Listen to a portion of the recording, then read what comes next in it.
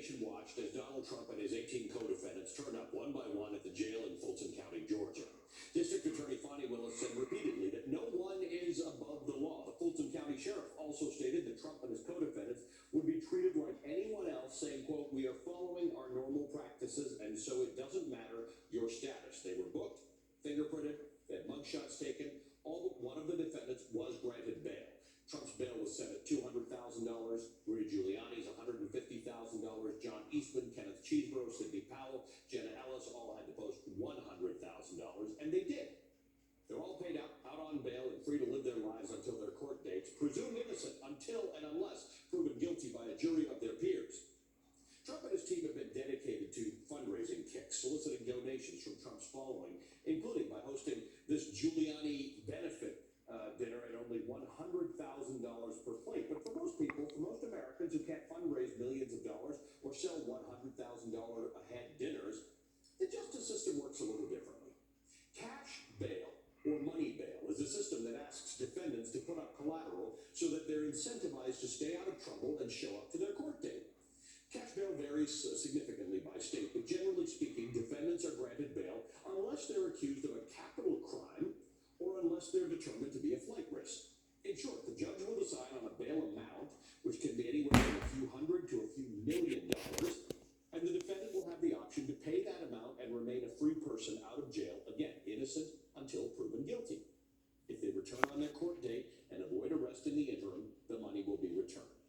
Bail bonds are a little different, typically used by defendants or their families who can't pay the full bail amount. They'll pay a non-refundable portion of it to a commercial bond company, which then lends them the money to post the bail. Now, according to a 2022 report by the U.S. Commission on Civil Rights, on any given day, there are roughly 650,000 individuals in jails in this country. Not prison, by the way, that's a much, much, much higher number. But roughly 75% of the 650,000 people, so this is roughly 500,000 people, are being held in pre-trial detention, meaning they haven't been convicted despite being presumed innocent until proven guilty. They're in jail. 500,000 people right now sitting in jail just waiting for their day in court. The vast majority of them are there because they can't afford to post bail.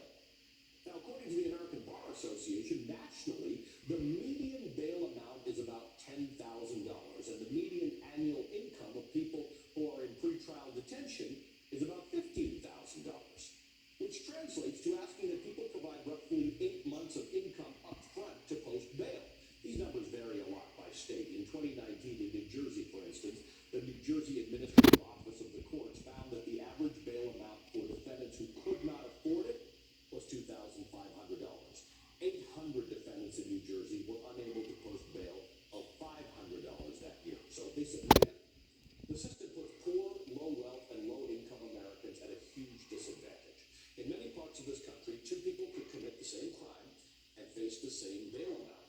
And the one who can afford bail will return to their life free until their trial, which may be months away. The other, unable to afford to post bail, will sit in jail for as long as it takes to reach that trial date. In effect, the cash bail system criminalizes poverty. According to the U.S. Commission on Civil Rights, nearly 60% of pretrial detainees are held because they can't afford to post bail. The report also found that Black and Latino men faced higher financial conditions of release compared to other demographics. In many cases, they're asked to post roughly twice the amount as their white counterparts for committing exactly the same crime. Now, this method of ensuring defendants return to court by using a negative financial incentive systematically forces poor people accused of crimes to cool their heels in jail. People who have not yet been convicted, who again, under our judicial system, are presumed innocent until proven guilty, often have to sit in jail for weeks, months, and sometimes years awaiting their trial. And it's not just the money. Study after study has shown that pretrial detention increases the rate of recidivism, of mental health issues, of homelessness, and unemployment. Jails are violent, abusive environments that perpetuate the very violence that